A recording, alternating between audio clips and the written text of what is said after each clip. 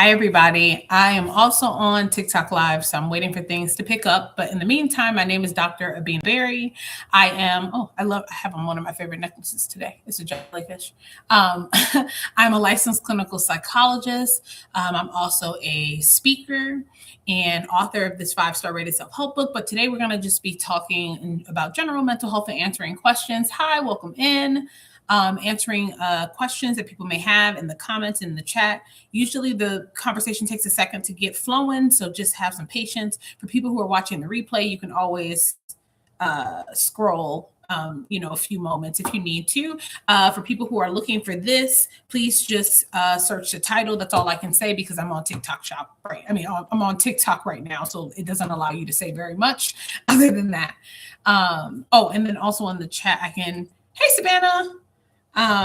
Also in the chat, I can put where to go because you can do that. Okay. There we go.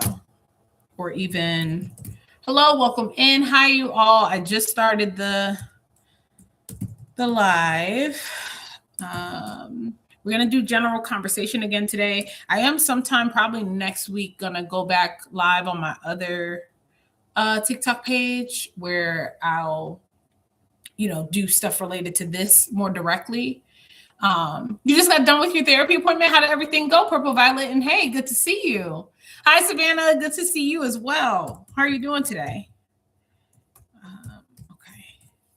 So that's the other one. Putting that on the chat over here. How did everything go? It went well. Good. Okay. So you like the person, good vibes. It was your intake, right? No. You've already met with this person before. No. It wasn't an intake. I think I remember you telling me you had already met them. And we'll see what TikTok does today. Y'all know the last few times it's been slower for whatever reason. Oh, good. I'm so glad. Hey, Sicilian Spice. Thank you so much. I appreciate the love. Thank you. Yes, Purple Violet. I did recall after I said that. I was like, no. You told me that you're vibing with her already and that it's a good fit. Lourdes, it has not. I feel always a little bit of disappointment with letting you all know that that is out. It's not out yet. I'm so sorry. It is just, to be fully transparent, it's just been hard for me to consistently find time to work on it. I think for me, it's at times just feels a little more low priority just because it already exists. Right. So it doesn't feel as pressing as writing it did, but I promise that it will be out eventually. It's just a little bit of a learning curve and work for me too, because I've never created one before. Right. So it's more of a process than I would like it to be. But I know what I need to do is just like set aside specific time each week, just a little bit of time, little by little, to work on it. And I have to hold myself accountable to that. Thank you for understanding. I know we're all humans here. So sometimes it's just hard to get yourself going with something, even though you would like to have it be completed. Thank you so much, Sicilian Spice. I really, really appreciate you for the love. Thank you for getting the likes going as well. I'm hoping we can get some stuff moving and grooving in here. Because again, as y'all know, I usually get on here when I have my little break. So I do have to go in like 45 minutes or whatever. Did I do that math right? Yeah, that was right. So yeah, but I'm here. Oh, Miss Johnson, welcome in. Good to see you again. Thank you also for contributing to the likes. Sicilian Spice, thank you again for all the love. Yeah, we're here to discuss and chat about whatever is on you all's mind. Any questions you all have. I also might just start flowing and talking about whatever comes to mind for me. I think one of the things that is at forefront of my mind because of a session I just had with a client is just about navigating relationships when people are in different places, which technically we all are already in different places regardless. That's just a given. But it can be hard, right, when you understand someone's trauma history and even potentially their stagnancy, but still sometimes find the relationships to be challenging nonetheless. Oh, I'm so sorry to hear about the miscarriage, and congratulations though on you being pregnant again. I know that is a bit of a roller coaster of an experience. I actually know personally because my husband and I's first pregnancy ended in a miscarriage, and then as soon as I was cleared or we were cleared to try again, I got pregnant so fast that they didn't believe I was pregnant. But I was clearly because my son is 4 years old. But I knew I was, and they did, like the nurses were like, "Oh, it's just the grieving of the and I was like, "No, I'm aware." I was like, I not to say that I couldn't be in denial about my own emotional state. I absolutely could. I'm human too. But I was like, I try to be very mindful of that, given that I'm a psychologist. I really do try to check in with myself and make sure. So it was quite a roller coaster. So I definitely I can deeply empathize. Hopefully, you are finding ways to hold space for, the grief, because that's still a real part of the experience, as well as the celebration. And then also the anxieties that can sometimes come too because of what you just went through. So same with me. They said give it time, and I got pregnant right after. Yep, yeah. And then I don't know if you heard the exact same thing before. On our end, it was like they were like, "Oh, HCG levels take time to go back down." And I was like, "Yeah, I'm aware of all that, ma'am, but I'm still telling you."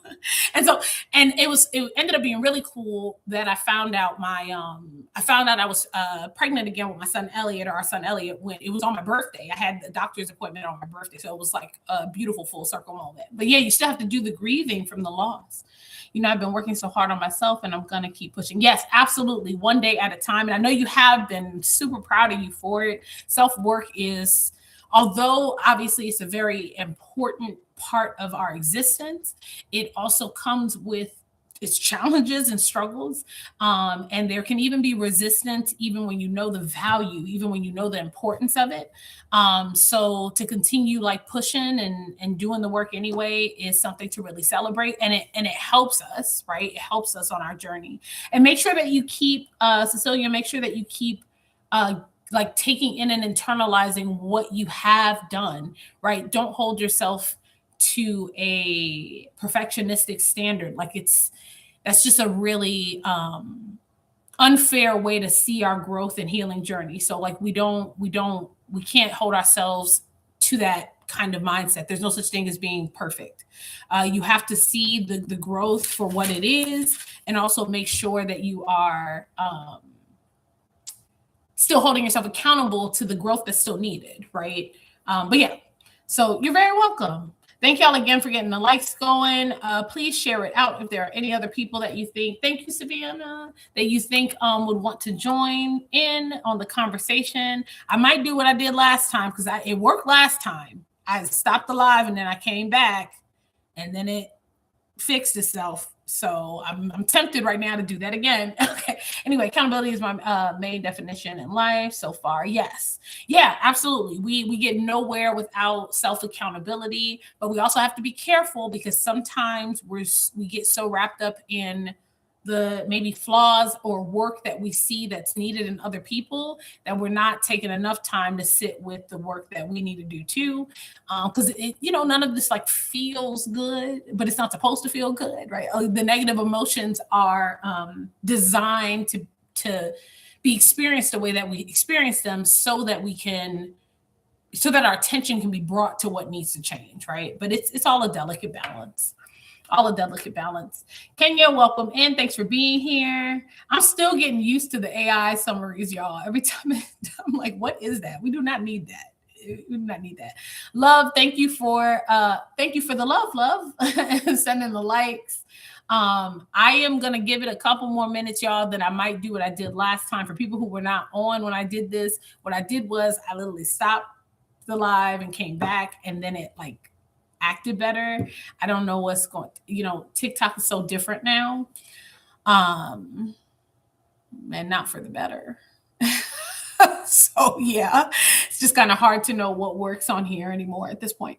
Anyway, but we'll give it another minute, but it's being pretty slow. So I might just start it over, but then just please come right back. Maybe that's why it works. I don't know. Maybe it's because as soon as I get on, y'all just all come flood back, and then it like helps. That's why I stopped creating recovery content. Because I know you were. I know also why I'm elsewhere too. I can't say much more, but no, I know that's an option, Superwoman, that you can do that, but I'm not giving this app money.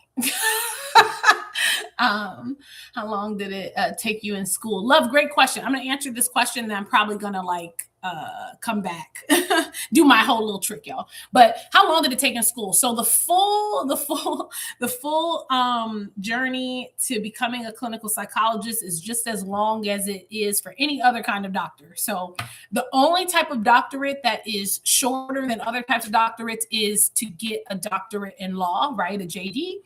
Lawyers only have to do, 7 years of school, but most in total, sorry, not 7 years in total. You got to go to kindergarten and stuff too, of course. I mean, 7 years of higher education.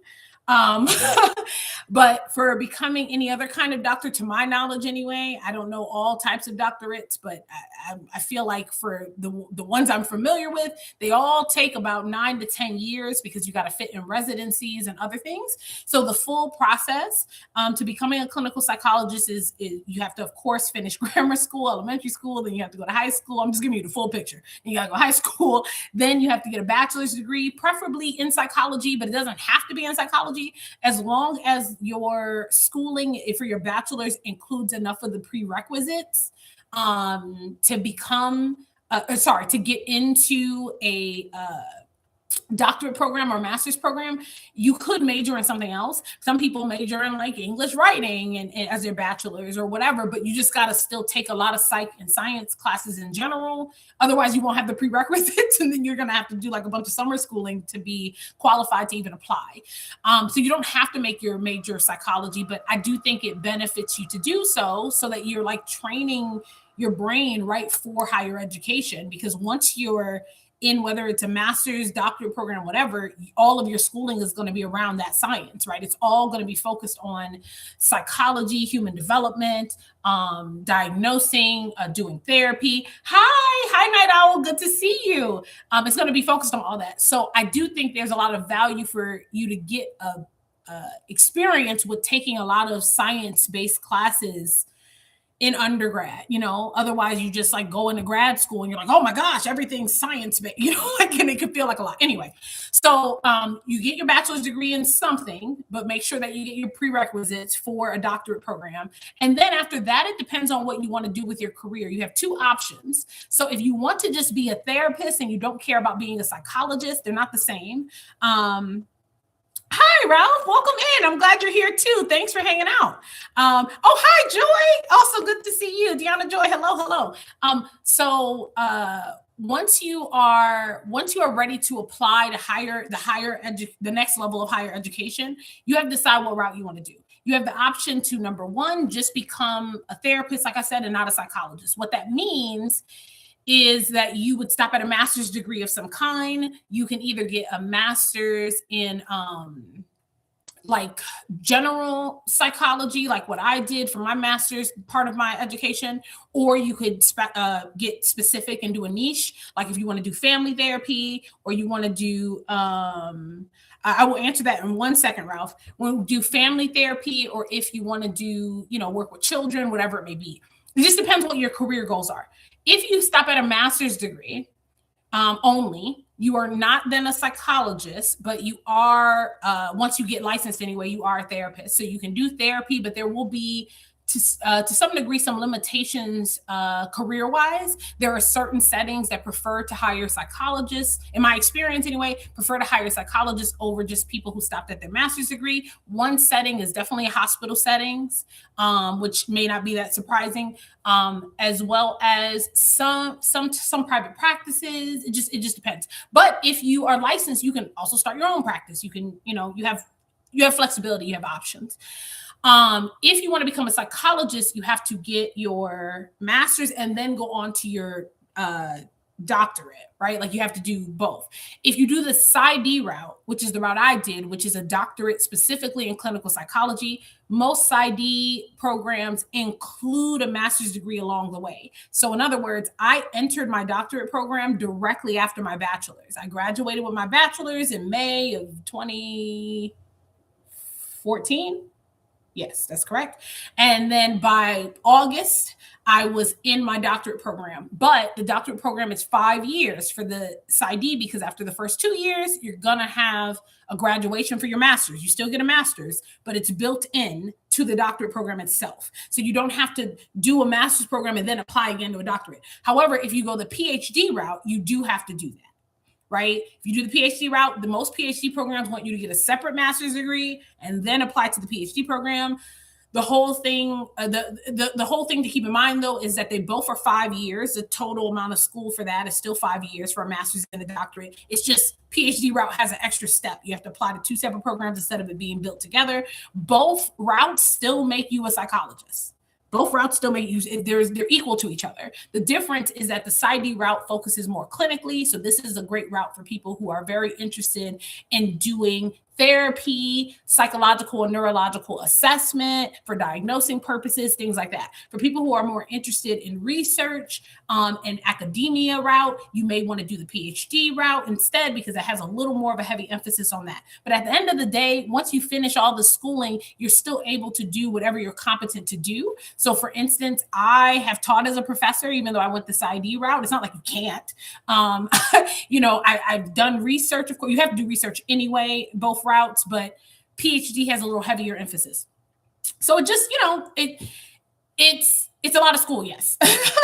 So in total for college, it's 4 years for your bachelor's, 2 years for your master's, and another 3 for your doctorate, which is a total of 9 to 10 years. And you have 4 residencies that you have to complete. It takes a lot of time to become a doctor. I mean, of any kind. And then, you got residencies, you got to pass your licensing exam. It's a lot of schooling. Because we are, hi, Knowledge, welcome in. Because we are, we're scientists. So, yeah. Okay, I want to answer the quick question that Ralph over on the other live asked.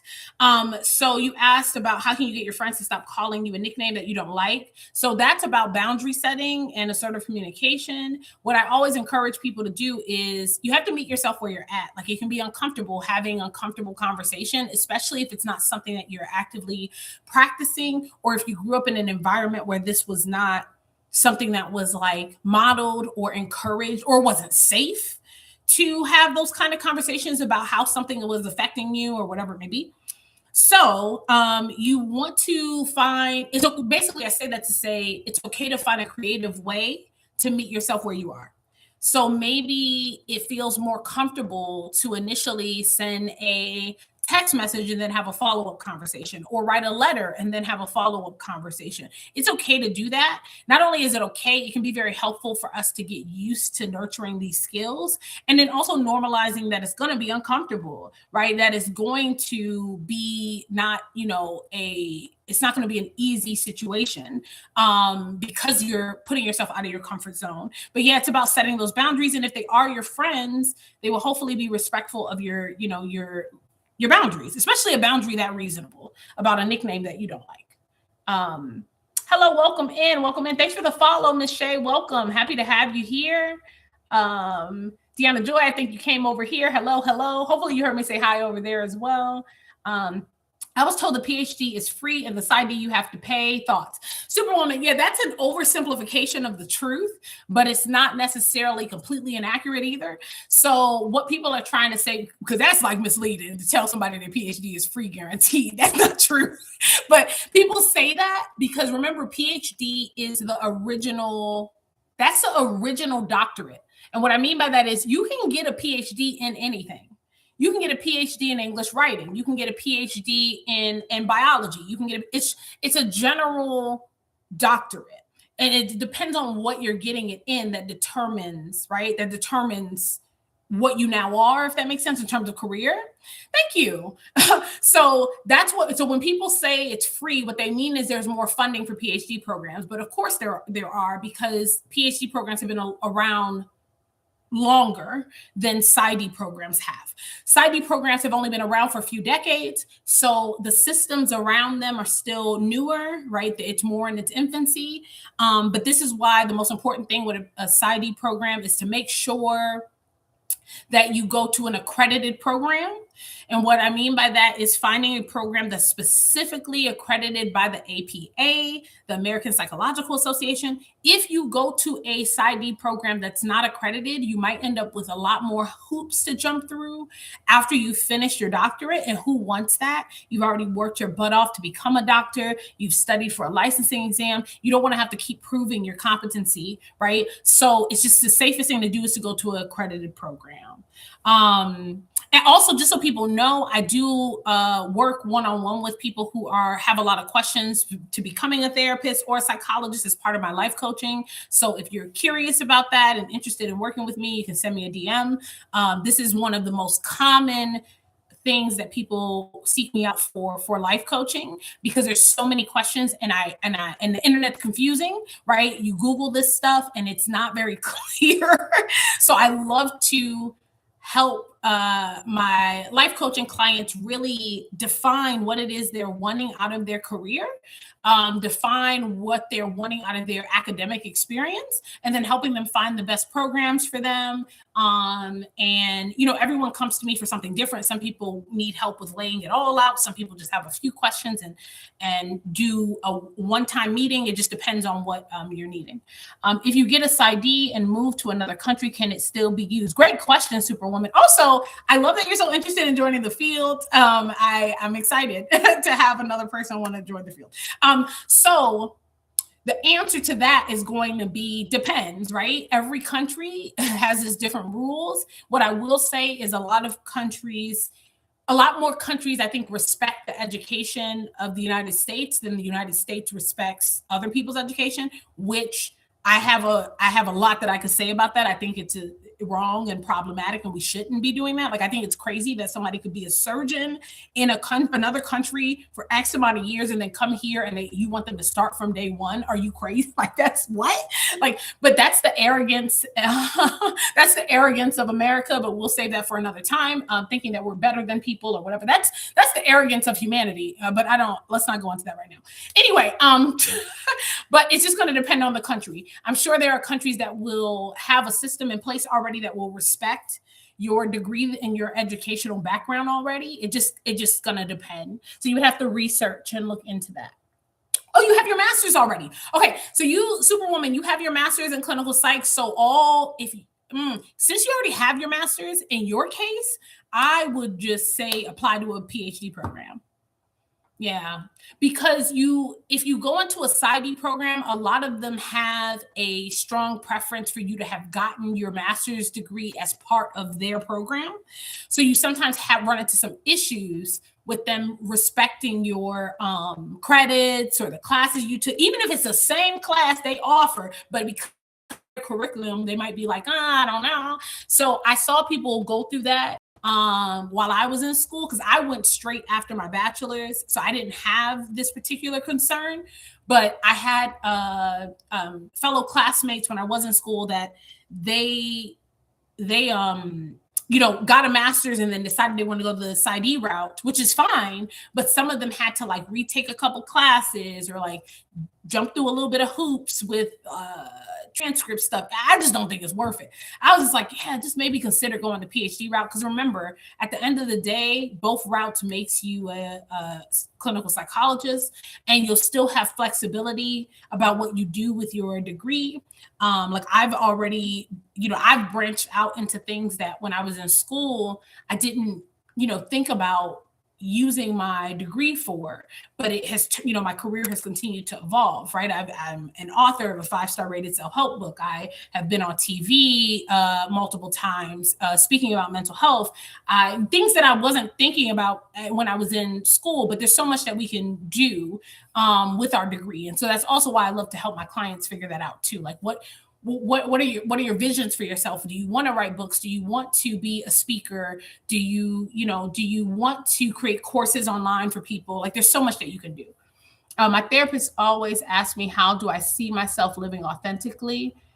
Still trying to figure out my authenticity. Yeah, Purple Violet. And it's an ongoing process, right? I hope that you don't feel like behind or anything in that, but of course, honor what you feel. You got to meet yourself where you're at to get to where you want to be.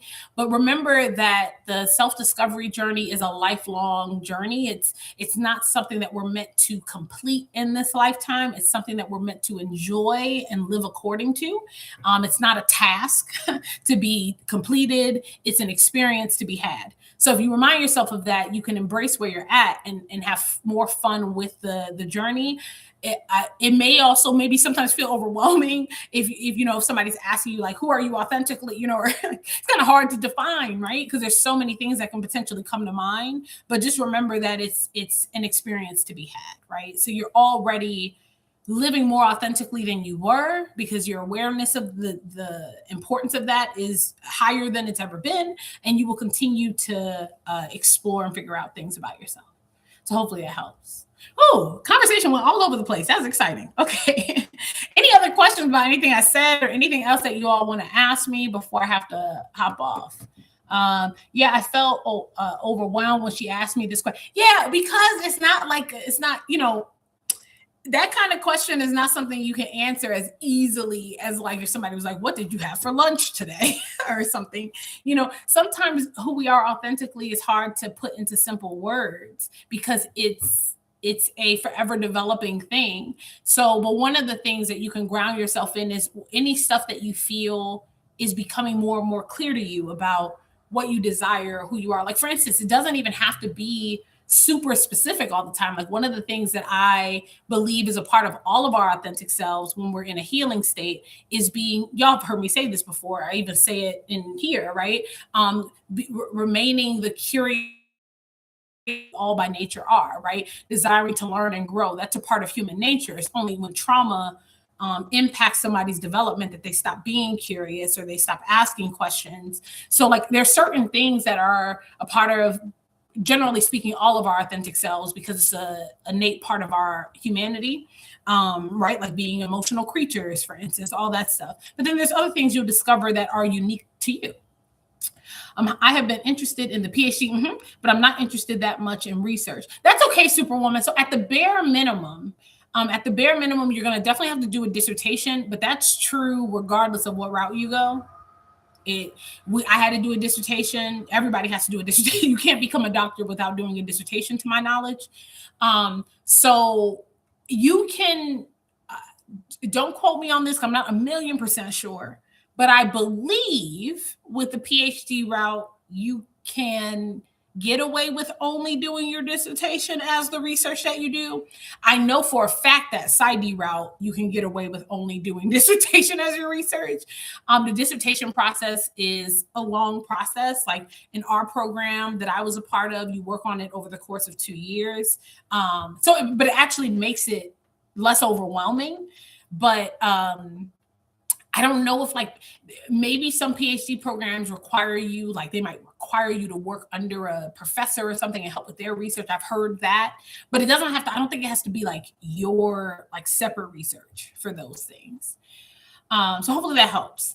But yeah, I still think overall you'll be able to make the PhD route what you prefer it to be as much as you can. There might be some extra stuff in there that you're like, maybe if I didn't have my master's degree already, I maybe would have, done the PsyD instead. But honestly, the possibility of saving money and having less debt, Deanna know about this. My friend Deanna joined us in here.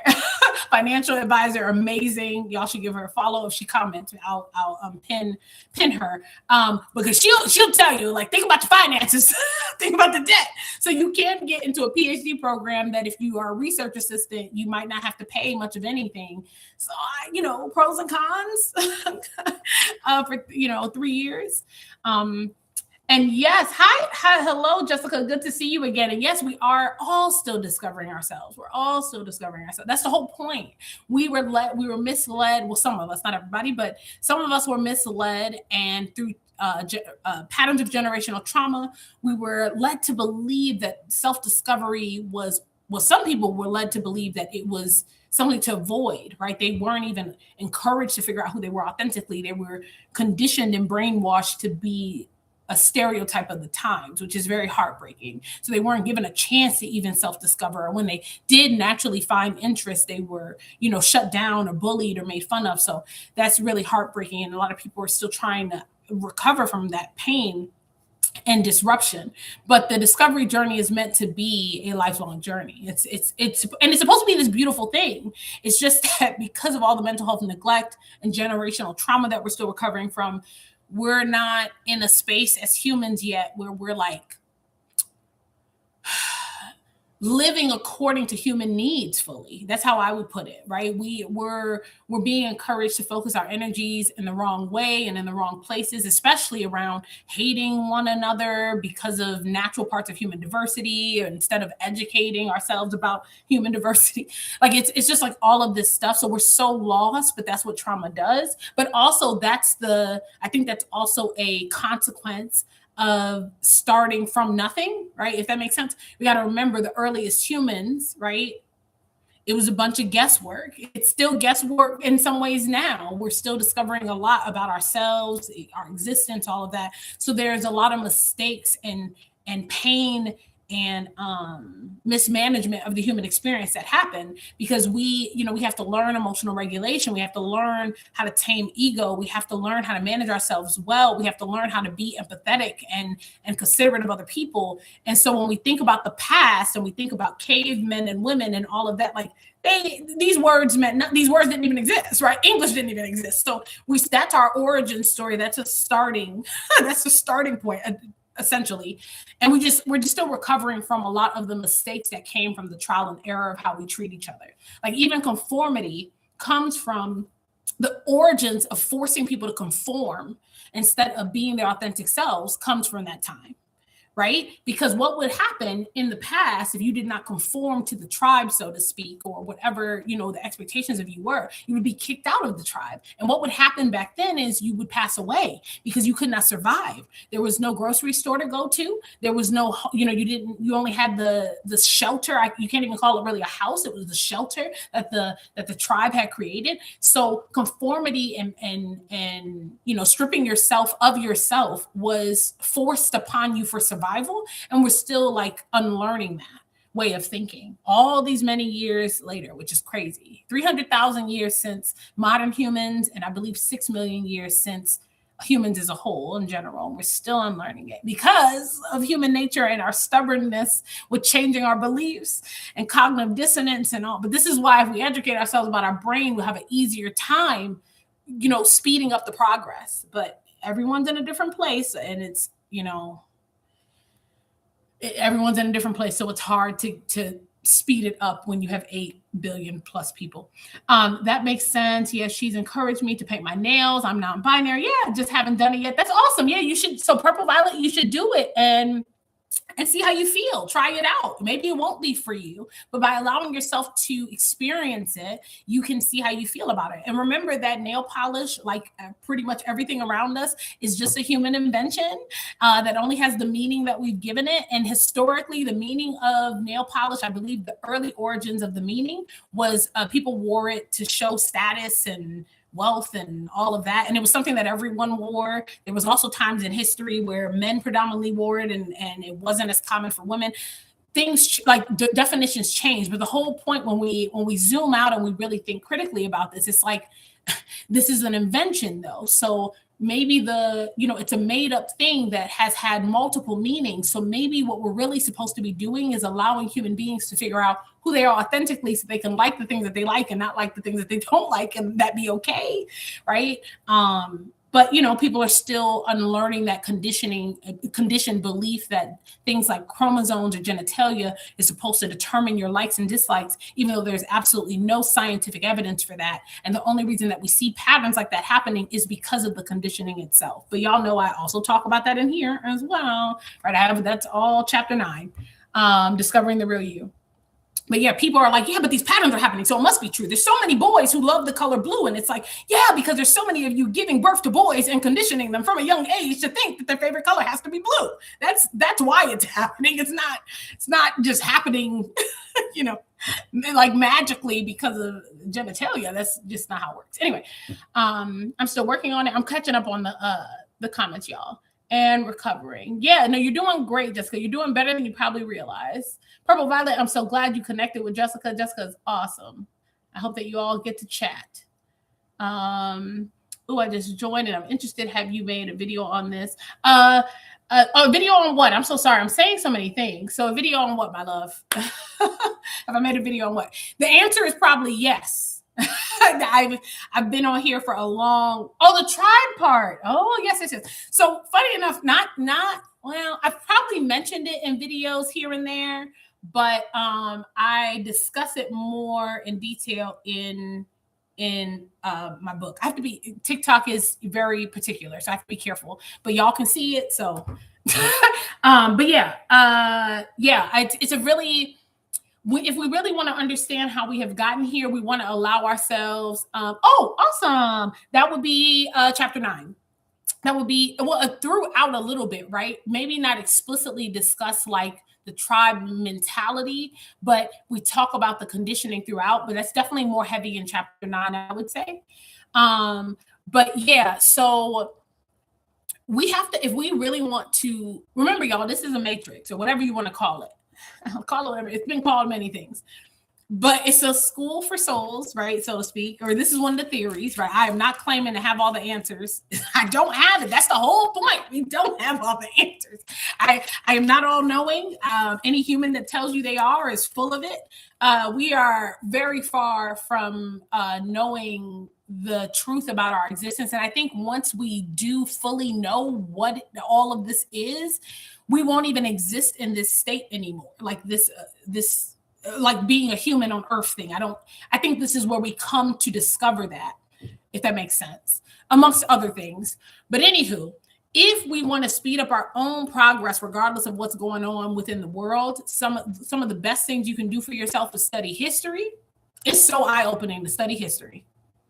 Like especially if you come across a belief that you have and you want to be like, where did this come from? Like, especially if it's a belief that's societal and not just a belief that maybe originates from your home or your family life, really questioning certain things, like questioning like, wait, what really is the history of the color, pink, or what is really the history of this invention or this object? But studying history, studying psychology, sociology, these things are very eye-opening, but brace yourself. For most people, just because of so many of us grew up in environments where the things that were taught to us, they were taught to us as if they were all you ever needed to know. So the reason why I say brace yourself is that you tend to go through an existential crisis and identity crisis as a part of this. So like if you're going to do it, prepare your nervous system for the education and the eye opening. Cause like once your eyes are open, they're open. You can't close it. But what I will say is personally, I believe that it's better on this side, of just being open to learning and understanding that we don't have all of the answers. It's saying some comments in this live were filtered. I don't know what was filtered, but if somebody said something, I think they're filtering you all. I don't know. It's so nitpicky. But yeah, I encourage everyone to like research and learn and expose themselves to things outside of what you are already taught. Spend time watching documentaries just occasionally. You don't have to do it all the time, but like documentaries is a great way to learn about history. Find something that intrigues and interests you. Also, when you come across something that like is really okay, because we're so overwhelmed, and I also think this is by design. And what I mean by design is like, I think a lot of the people with the most power know that by discouraging education and things like that it's easier to keep people docile and controlled and not living into their own power. But what I will say is we're so overwhelmed because of how things are currently designed to be. And I don't think that is like I think it's intentional, by at least by some before us, right? In one way or another. So because we're so overwhelmed by a 40-hour work week, or, living, well, not, this isn't true for everyone. It's really important to find community if you can. I know there's so many issues and so many reasons why it might be hard, but we are human beings. We really need community. And I don't think we're supposed to be like living this way, meaning like how most of us live. Like, for instance, people can live on a street for most of their life and not know their neighbor's name or never interact with them. Like, that's not conducive to what we need as human beings. We're very emotional creatures. We have high needs, in a lot of ways, for connection and safe spaces to process experiences. It's like there's a lot that we just require. And so because we don't have, like, or not enough of us have that, should I say, there are definitely people who are prioritizing that. I remember when it really clicked for me and I started doing whatever self-work I needed to continue to build community, because like it's really important. But on our journey to trying to figure that out, we also have to remember that some of why you feel like when you learn something really insightful, really like aha moment, like something that is a big truth. And for that moment, you're like, oh my gosh, it feels like something spoke to your soul. It's like it awakened something you already knew. But then sometimes, like the next day, you just go back to what you were doing before. You have to really fight against that. I know. And I say this as somebody who, like, I experience this as well. I'm a human too. So like, I say this as someone who truly understands how easy it can be to just kind of dip back into what you were doing before. But you really have to put the proper weight on the things that are wake-up calls, and lessen the weight of the things that are keeping you stagnant. And it's just a very intentional process, like a very, very intentional process. But yeah, just felt the need to say that. Because you'll study these things and it's gonna be so eye-opening. And sometimes people like just don't start living by that knowing. And you have to live by the knowing if you want things to really change. I should rehearse it as LGBT history. Yeah. The history of everything. Yeah, history is so important. And eye-opening, because we're repeating, some of us anyway, are repeating a lot of the same patterns of the past without realizing it because of that lack of education. There's just a lot of healing and work to do, but I'm also someone who believes that the whole, what humans call heaven and hell, I think that's like, depends on how you're living your life. I don't think it's like a separate place. I think it's a symbolic way of describing how we spend our time here. Right? They even say what do they say in like churches, like the kingdom of heaven is on earth or whatever. I think that's literal. I think it's about perspective and how you choose to live your life. You can experience a very different quality of life, even amongst all of the chaos, the suffering, hardship, etc., by focusing on what's in your control, doing the self-work, seeking the knowledge, seeking the help, choosing healthy relationships that you can grow in.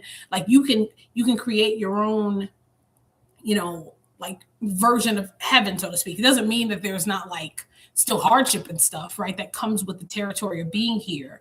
But the amount of control we do have is so important to acknowledge, But learned helplessness is a really powerful force and powerful thing that we're still fighting against too, as a whole, as masses. Whole chapter on learned helplessness in here as well. That's chapter 4. But anyway, so I do have to get ready to go. But this was great. Hopefully this was really insightful and helpful. I appreciate you all being here. What else did I want to say? Oh, for people who want to connect and work with me, I do. Well, actually, I think my last therapy slot was taken today. I had one opening and I think it's gone, but it might not be. I'm not in front of my calendar.